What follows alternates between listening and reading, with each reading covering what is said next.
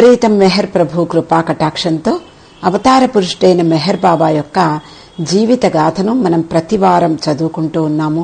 ప్రస్తుతం మెహర్ ప్రభు చరితము 12వ భాగంలో ఉన్నాం. అది 1956వ సంవత్సరం జనవరి నెల.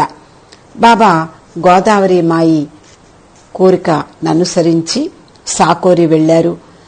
అక్కడ బాబా కారు దిగగానే యశ్వంతరావు ఇంటికి వెళ్లారు.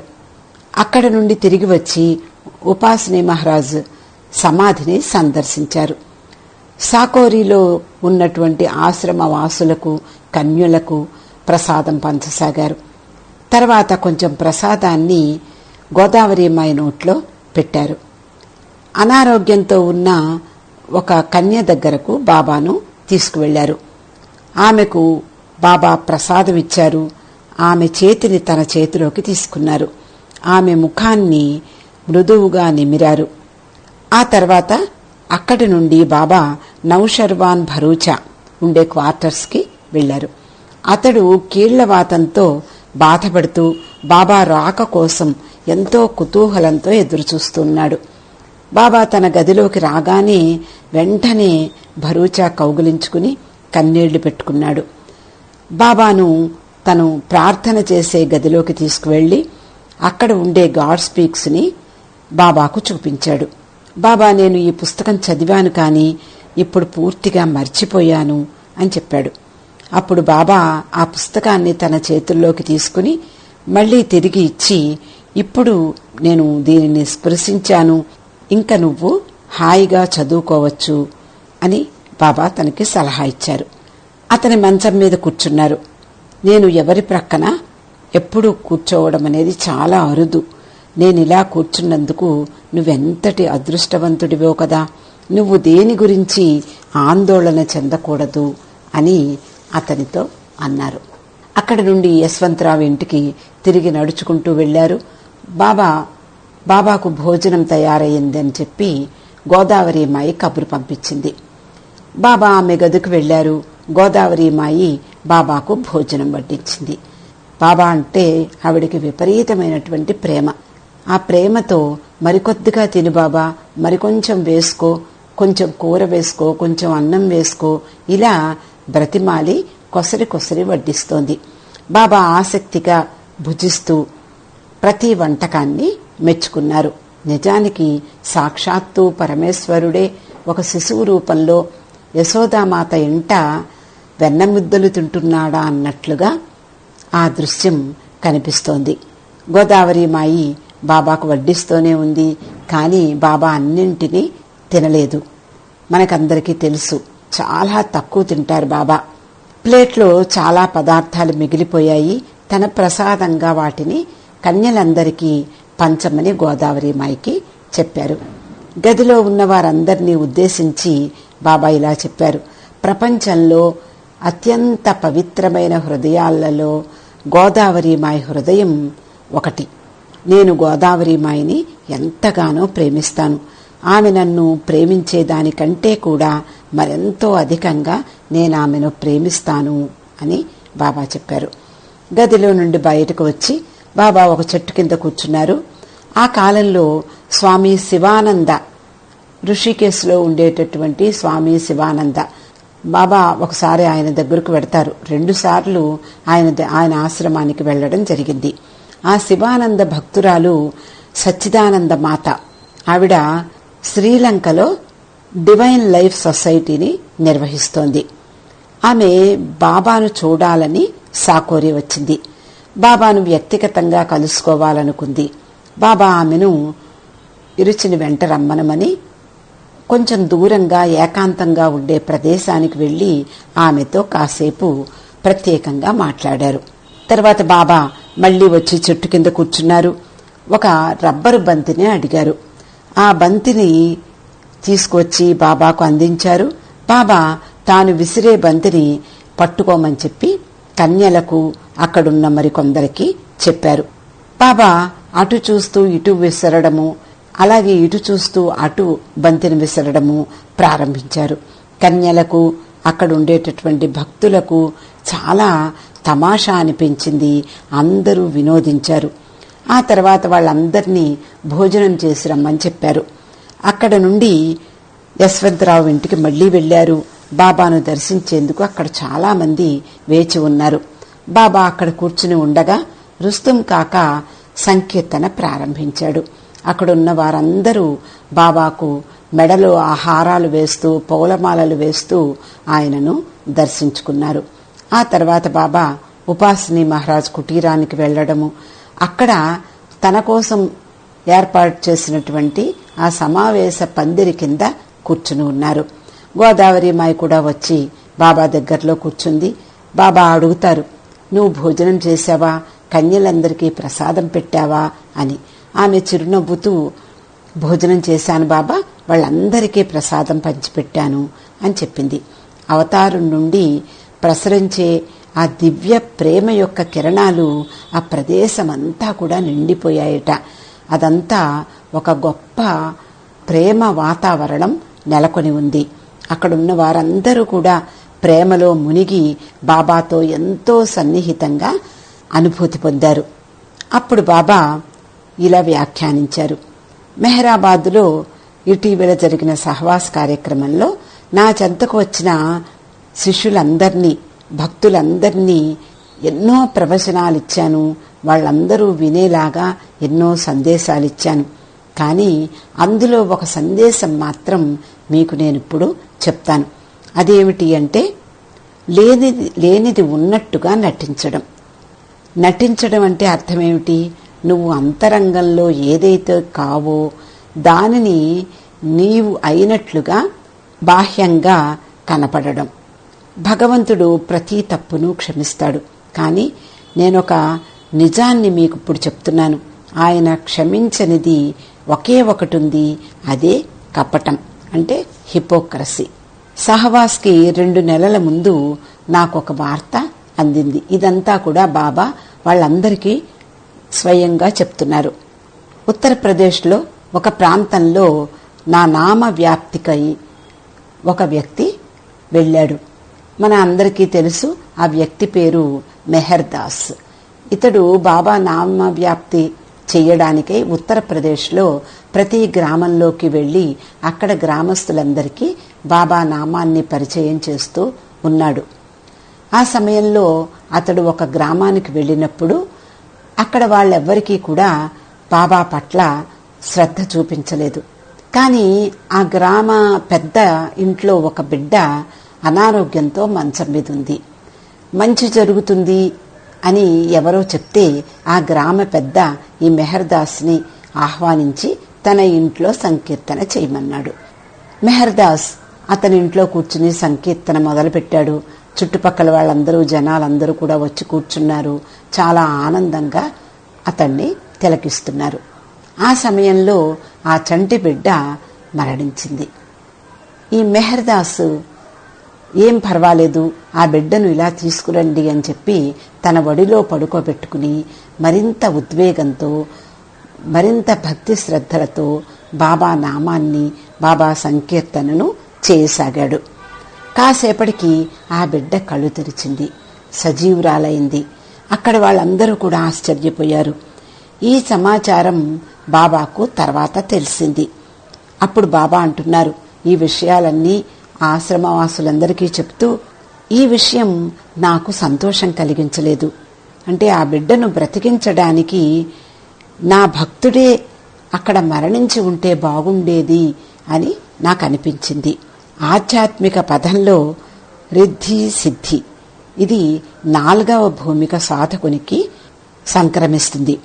అలా సాధించుకున్నటువంటి, అంటే అతీంద్రియ శక్తులను సాధించుకున్న వారు చాలా మంది ఉంటారు.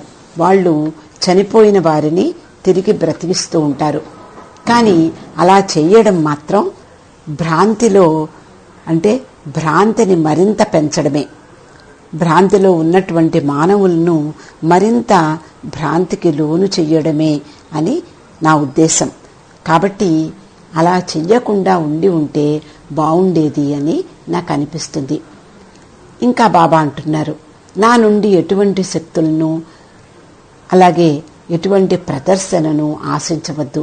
సూర్యుని చూస్తున్నారు, సూర్యకాంతిని చూస్తున్నారు, అంటే అవన్నీ కూడా ఎంతో గొప్పవని, శక్తివంతమైనవి అని మీరు అనుకుంటూ ఉంటారు. కానీ వాస్తవానికి ఆ సూర్యుడు, ఆ సూర్యకాంతి ఇవన్నీ సత్యానికి ఛాయలు మాత్రమే.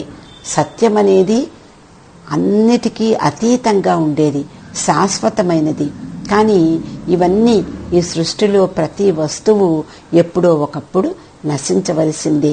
కాబట్టి మనం చూస్తున్నటువంటి సూర్యచంద్రాదులు, ఈ గ్రహాలు, ఇక్కడ ఉండేటటువంటివన్నీ కూడా ఆ సత్యం యొక్క 7వ ఛాయ. ఇవన్నీ సద్గురువు యొక్క అదుపులో ఉంటాయి. ఆయన ఇచ్ఛామాత్రంగా వాటిని మానవ జాతి పురోభివృద్ధికి ఉపయోగిస్తాడు. 6వ భూమికలో ఉన్న సంత్ కూడా భగవద్ అనుభవాన్ని పొందడంలో నిస్సహాయుడే. సద్గురువు యొక్క సహాయం లేనిదే అతడు ఏనాటికి ముందుకు వెళ్ళలేడు. నేను శాశ్వత బ్రహ్మానంద స్థితిలో ఉండేవాడిని, కానీ ఉపాసనే మహారాజ్ సర్వము నా మెడకు కట్టబెట్టాడు. ఈ విశ్వాన్ని, ఈ విశ్వభారాన్ని నా పైన వేశాడు. నేను శాశ్వతంగా స్వతంత్రుడిని అయినప్పటికీ నేను వీటికి కట్టుబడి ఉన్నాను అని బాబా చెప్పారు. మరింకా సంకీర్తన మరింతగా ప్రారంభమైంది. బాబా అక్కడ ఉన్నటువంటి దిండును తబలాలా వాయించడం ప్రారంభించారు. ఉన్నట్టుండి బాబా తనలో తాను లీనమైపోయారు. చేతి వేళ్లు పైకి కిందికి వేగంగా కదులుతూ ఉన్నాయి. కళ్ళు మూసుకుని తన కుడి కాలితో కొన్నిసార్లు గట్టిగా విదిలించారు. కాలితో ఏదో వస్తువును దూరంగా తన్నినట్టుగా వాళ్ళందరికీ కనిపించింది. తర్వాత మామూలుగా 2 నిమిషాల తర్వాత సాధారణ స్థితికి వచ్చారు. కుటీరంలో నుండి బయటికి వచ్చి బాబా బయట గోళీలాడటం ప్రారంభించారు. గోదావరిమాయి, కన్యలు అందరూ ఆ చుట్టూ చేరారు. బాబా గోళీలాడడం చూడ్డానికి ఎంతో కాలంగా వేచి ఉంది గోదావరిమాయి. తాను వచ్చే వరకు ఆట ప్రారంభించవద్దని కూడా మొదట కబురు పంపించింది. ఆ తర్వాత బాబా గోళీలాడడం ప్రారంభించారు. గోళీలను గురి పెట్టడంలో ఆయన చాలా నేర్పరి. బాబా అంటారు, నేను సృష్టి ఆది నుండి కూడా ఈ విశ్వగోళాలతో ఆడుకుంటూ ఉంటాను, కాబట్టి నేను గోళీలను చాలా నైపుణ్యంగా ఆడగలను అని చెప్పారు. ఆ తర్వాత బాబా గోదావరిమాయి గదికి వెళ్లారు. అక్కడ బాబాను మహారాజు వినియోగించిన ఊయలలో కూర్చోబెట్టి ఊయలలో ఊపారు. ఎవరో తెల్లని కుందేలును లోనికి తెచ్చారట. బాబా దాన్ని ఒడిలో పెట్టుకుని కాసేపు ముద్దుగా నిమిరారు. తర్వాత గోదావరిమాయికి అందించారు. బాబా అక్కడ కన్యలందరినీ ఉద్దేశించి, మీరంతా గోదావరిమాయిని ప్రేమిస్తూ ఉండండి అని గట్టిగా నొక్కి చెప్పారు. అదే క్షణంలో వాళ్ళందరినీ చూస్తూ బాబా, మీలో ఎవరు బాగా పాడతారు అని అడగ్గా ఒక కన్య లేచి ముందుకు వచ్చింది. వెంటనే హార్మోనియం, తబలా ఇవన్నీ తెప్పించారు.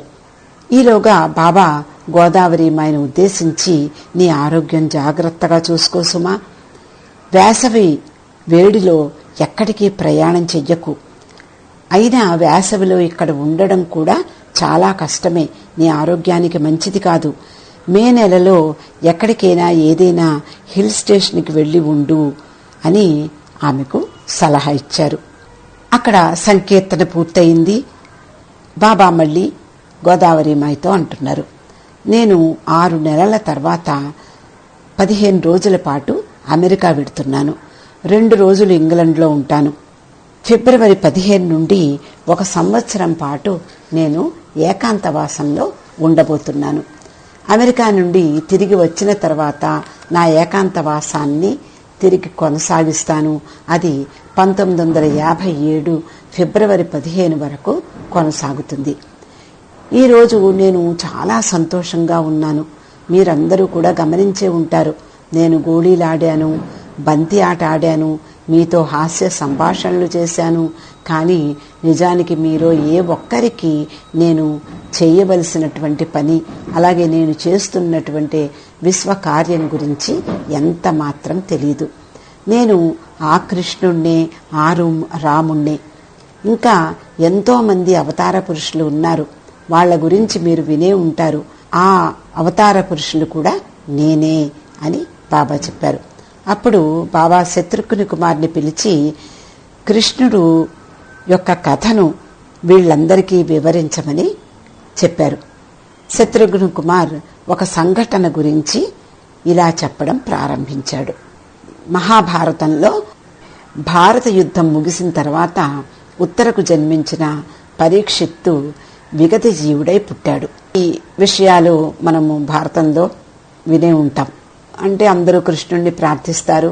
కృష్ణుడు వచ్చి అతన్ని బతికిచ్చాడు.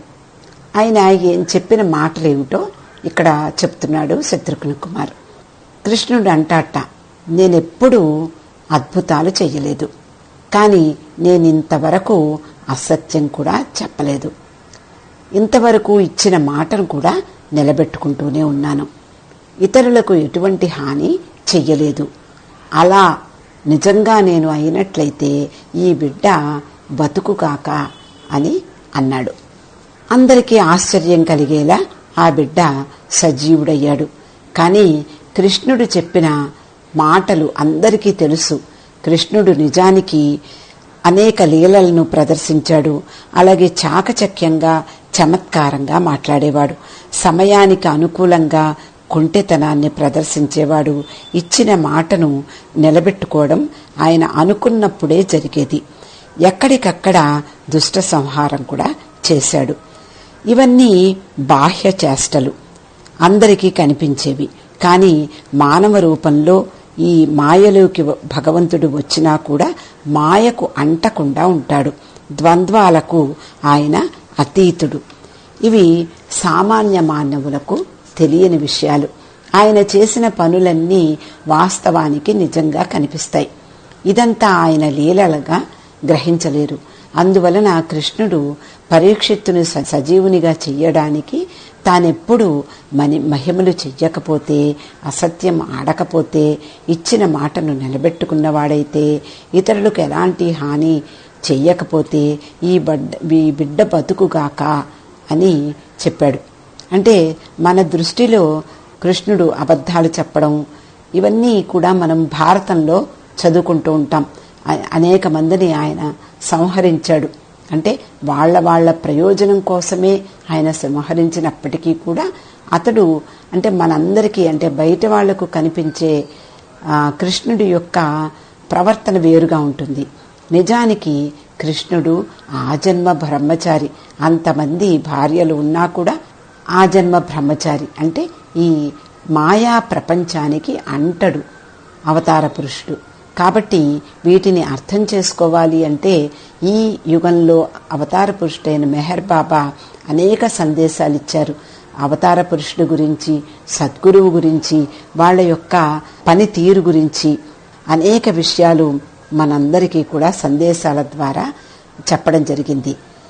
కాబట్టి బాబా ఇక్కడ ఏం చెప్తున్నారు అంటే సాధారణ మానవుల విషయంలో కృష్ణుడు చెప్పినవన్నీ కూడా అబద్ధాలే అని, వాగ్దానాలు చేయడం, వాటిని నెరవేర్చకపోవడం కూడా జరుగుతూ ఉండేదని, ఇవన్నీ కూడా మన అందరికీ తెలుసు.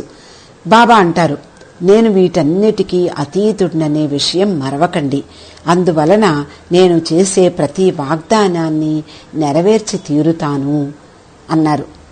ఇంకా అంటున్నారు, సాకోరిలో అంటే ఆయన ఉదాహరణకు తాను ఇచ్చినటువంటి వాగ్దానం గురించి చెప్తున్నారు. సాకోరిలో 7 రోజులు ఉంటాను అని మొదట్లో నేను వాగ్దానం చేశాను. తర్వాత 2 రోజులే ఉంటానని కబురు పంపాను. ఇప్పుడు నేను 7 గంటలు ఇక్కడ గడిపి మొదట్లో ఇచ్చినటువంటి మాట నిలబెట్టుకున్నాను. అంటే 7 రోజులకు బదులు 7 గంటలు బాబా సాకోరిలో ఉన్నారు. శాశ్వతత్వంలో 7 రోజులైనా 7 గంటలైనా ఒక్కటే అని చెప్పగానే అక్కడున్నటువంటి ప్రతి ఒక్కరూ గోదావరి మాయతో సహా హాయిగా నవ్వేసుకున్నారు. బాబా ఈ సలహాను ముగిస్తూ అన్నారు, మీ హృదయాలను పరిశుద్ధంగా ఉంచుకోండి, నన్ను ప్రేమించండి, ఇతరములైన ఆలోచనలను మీ మనసులో ప్రవేశించనీయకండి. హృదయం పరిశుద్ధమై ఉంటే నేను అందులో ప్రవేశిస్తాను. హృదయం కల్మషరహితమై తర్వాత స్వచ్ఛమైనటువంటి మరుక్షణం అంటే సంస్కారాలు ప్రక్షాళన చెందిన తర్వాత నేనక్కడ వసిస్తాను అని చెప్పారు. తర్వాత మరొక భజన కీర్తనను పాడమని చెప్పారు. ఆ తర్వాత బాబా కొంతసేపు ఆలోచనల్లో నిమగ్నమయ్యారు. గది నుండి బయటికి వచ్చారు. అక్కడ ఒక బావి ఉంది. ఆ బావి దగ్గరకు బాబా వెళ్లారు. కన్యలు అలాగే గోదావరిమాయి ఉపాసిని మహారాజ్ కూర్చుని ఉన్నటువంటి అంతకుముందు కూర్చుని ఉండేటటువంటి ఒక ఊయలలో బాబాను కూర్చోపెట్టి పాటలు పాడి ఊయించారు. ఆ తర్వాత బాబాకు టీ ఇద్దామని గోదావరిమాయి తిరిగి తన గదికి ఆహ్వానించింది. బాబా టీని 2 సార్లు కొద్దిగా తాగి తిరిగి ఆమెకి అందించారు. నేను ఇక్కడికి వచ్చాను, భోజనం చేశాను, గోళీలతో ఆట ఆడాను, ఇప్పుడు టీ తాగాను, ఊయల్లో నన్ను కూర్చోపెట్టి ఊపారు, అందరికీ దర్శనం ప్రసాదమిచ్చాను, ఇంకా ఇక్కడ నుండి నేను బయలుదేరి వెళ్ళాలి అంటూ త్వరగా ఆలయం వైపు వెళ్లారు. అక్కడ బాబాకు హారతి పాడారు. అక్కడ నుండి ఉపాసిని మహారాజు గతంలో వసించిన స్థలానికి వెళ్లారు. బాబా అక్కడ నిలబడి హారతి గానం చెయ్యమని గాడేకర్కి చెప్పారు. ఆ తర్వాత అక్కడ భద్రంగా ఉంచబడిన మహారాజ్ పాదుకలకు ప్రణమిల్లమని మండలి వారితో చెప్పారు. వాళ్ళందరూ అత్యంత భక్తి శ్రద్ధలతో ప్రణమిల్లారు. అప్పుడు బాబా అంటున్నారు, ఉపాసిని మహారాజు నాకు చేతులు జోడించి నన్ను అవతార పురుషునిగా బహిర్గత పరిచింది ఈ గదిలోనే అని వివరించారు. ఇంచుమించు పరుగు పెట్టినట్లుగా బాబా తన కారు ఆపిన చోటుకు వెళ్లి అందులో కూర్చున్నారు. అందరూ అవతార్ మెహర్ బాబాకి జై అంటూ జై జయధ్వానాలు చేస్తూ ఉండగా బాబా ఎంతో చిరునవ్వుతో మంచి తేజస్సుతో గోదావరి మాయకు చేతిని ఊపి వీడ్కోలు చెప్పారు. సాయంత్రం 4 గంటలకు ఆయన కారు మెహరాజాద్కు బయలుదేరింది. వాళ్ళందరి హృదయాలను దొంగిలించి తీసుకువెడుతున్నట్లుగా వాళ్ళు భావించారు. సాకోరి సందర్శనతో బాబా చాలా సంతోషంగా ఉన్నారు. ఆనాటి రాత్రి మెహరాజాద్లో విశ్రాంతి తీసుకున్నారు. ఇక బాబా సంగంనేర్, నవసారి మరియు బొంబాయి పర్యటన గురించి తెలుసుకుందాం. ఆ రోజుల్లో సంగంనేర్ అనే పట్టణము 18,000 జనాభా గల పట్టణం. మెహరాజాద్కి సుమారు 55 మైళ్ల దూరంలో ఉంది. సతారాలో ఉన్నప్పుడు అక్కడి వాళ్లైనటువంటి వామన్, సబ్నిస్ మొదలైన వాళ్లు బాబా దగ్గరకు వచ్చి తమ ఊరికి వచ్చి దర్శనం ప్రసాదించమని అడిగారు. వారి ప్రార్థనను మన్నించి బాబా దర్శన కార్యక్రమానికి తేదీని నిర్ణయించారు. సుమారు 4 నుండి 5,000 మంది వస్తారు అని అంచనా వేసి, అంటే వారికి సరిపడా పెద్ద షామియానాను ఏర్పాటు చేశాడు సబ్నిస్. కానీ సంగంనేర్కి ఇంకా జనాభా రాబోతున్నారు అనే విషయం అతనికి తెలియదు. జనవరి 27వ తేదీన బాబా తన మండలి సభ్యుల్ని వెంటబెట్టుకుని మెహరాజాద్ నుండి బయలుదేరి సంగంనేర్కు చేరుకున్నారు. ఆ ప్రేమికులు బాబాను హృదయపూర్వకంగా ఆహ్వానించారు. దర్శన పెండాలను ఆనుకున్నటువంటి ఒక ప్రత్యేకమైన గదికి తీసుకువెళ్లారు. ఆ తర్వాత అక్కడ పట్టణంలోని ప్రధాన వ్యక్తులు బాబాకు పూలమాలలు వేసి సత్కరించారు. గదిలో నుండి బయటకు వచ్చారు. బాబా వేదిక మీద ఏర్పాటు చేసి ఉన్నటువంటి ఆసనం మీద కూర్చున్నారు. అప్పటికి అది ఒక చిన్న షామియానా వేశారు. ఎక్కువ మంది జనం లేరు. ఉన్న వాళ్ళందరూ కూడా జయజయధ్వానాలు చెప్తూ బాబాకు స్వాగతం పలికారు. బాబా కుర్చీ నుండి లేచి వేదిక చివరి వరకు వచ్చి కూర్చుని ప్రసాదం పంచడం ప్రారంభించారు. స్త్రీలు, పురుషులు వేర్వేరు వరుసల్లో నిలబడుతున్నారు. ప్రసాదాన్ని స్వీకరిస్తూ వెళ్లిపోతూ ఉన్నారు. కొంచెం సేపటికి ఏమైందో ఏమో తెలియదు గాని సుమారు 10,000 మంది ఒక్కసారిగా వచ్చేశారు. షామియానా జనాభాతో కిక్కిరిసిపోయిందట. జన సముద్రంలో జనాల యొక్క తలలు తప్ప ఏమీ కనిపించని పరిస్థితి నెలకొని ఉంది. ఆశ్చర్యపోయారు అందరూ కూడా. ఇలాంటి దృశ్యం ఇంతకు ముందు ఆ ఊళ్ళో చూసిన దాఖలాలు లేవు. ఉన్నట్టుండి ఉద్వేగంతో ప్రజలందరూ కూడా బాబా వైపుకు దూసుకురావడం ప్రారంభమైంది. అందరూ భయపడిపోయారు. ఆడవారు మగవారు ఒక క్రమ పద్ధతిలో బాబాను సమీపించి ప్రసాదం తీసుకోమని చెప్పినా కూడా వాళ్లను కంట్రోల్ చేయడం చాలా కష్టమైపోయింది. బారికేడ్లు కూడా జనం ఒత్తిడికి విరిగిపోయాయి. జన ప్రవాహాన్ని అదుపు చేయడం కష్టమైపోయింది. మైకులో ఎన్నిసార్లు హెచ్చరించినా ఫలితం లేకుండా పోయింది. బాబా నుండి ప్రసాదం మరింత తొందరగా అందుకునేందుకు ఒకరిని దాటి మరొకరు రావడానికి ప్రయత్నిస్తున్నారు. ఒక ప్రక్క బాబా అద్భుతమైనటువంటి వేగంతో అతి పవిత్రమైన తన ప్రసాదాన్ని పంచుతూ, పరిస్థితుల్లో ఎలాంటి మార్పు లేదు, ఆయన మాత్రం నిశ్చలంగా కూర్చుని అక్కడ 2 చేతులతోటి ప్రసాదాన్ని పంచడం అలాగే కొనసాగిస్తూ ఉన్నారు. ఆ తర్వాత దర్శనానికి వస్తున్న జనం మరింత పెరిగిపోతూనే ఉన్నారు. వాళ్ళని నియంత్రించేందుకు కార్యనిర్వాహకులు, పోలీసులు చేసిన ప్రయత్నాలన్నీ కూడా నిష్ఫలమయ్యాయి. కిషన్ సింగ్ ఆ జన సమూహాన్ని చూసి జనంలో పెల్లుబుకే ఉత్సాహం, బాబాను కనులారా చూద్దామన్న వారి కుతూహలం, జనాన్ని క్రమపద్ధతిలో ఉంచడానికి చేసే ఏర్పాట్లన్నీ వమ్ము చేశాయి అని వర్ణించాడు. బాబా ఎంత వేగంగా వీలైతే అంత వేగంగా ప్రసాదాన్ని అందిస్తున్నారు. జనం వెర్రి ఆవేశంలో ఉన్నారు. చూస్తుంటే లైన్లో ఉన్నవాళ్లు ఒక్క ఉదుటున ముందుకు తోసుకువచ్చి బాబా పైన పడిపోతారేమో అన్న భయం మండలి వారిలో నెలకొంది. వాళ్లను వరుసలో ఉంచడానికి అనేక ప్రయత్నాలు చేశారు. ఆడవాళ్లను, పిల్లలను కిందకు తోసి తొక్కేస్తారేమో అని భయం కూడా కలిగింది. ఇంకా లాభం లేకపోయేసరికి బాబాను ప్రక్క గదిలోకి తీసుకువెళ్లారు. బాబా అక్కడి నుండే దర్శనం ఇవ్వడం, అలాగే ప్రసాదం ఇవ్వడం ప్రారంభించారు. మండలి వాళ్లు, పోలీసులు ప్రజలను వరుసలో ఉంచసాగారు. మొదట్లో స్త్రీలు ఒకరి తర్వాత ఒకరు గదిలోకి వెళ్లి ప్రసాదం అందుకుంటూ మరొక ద్వారం గుండా బయటికి వచ్చేస్తూ ఉన్నారు. ఆ తర్వాత పురుషులు.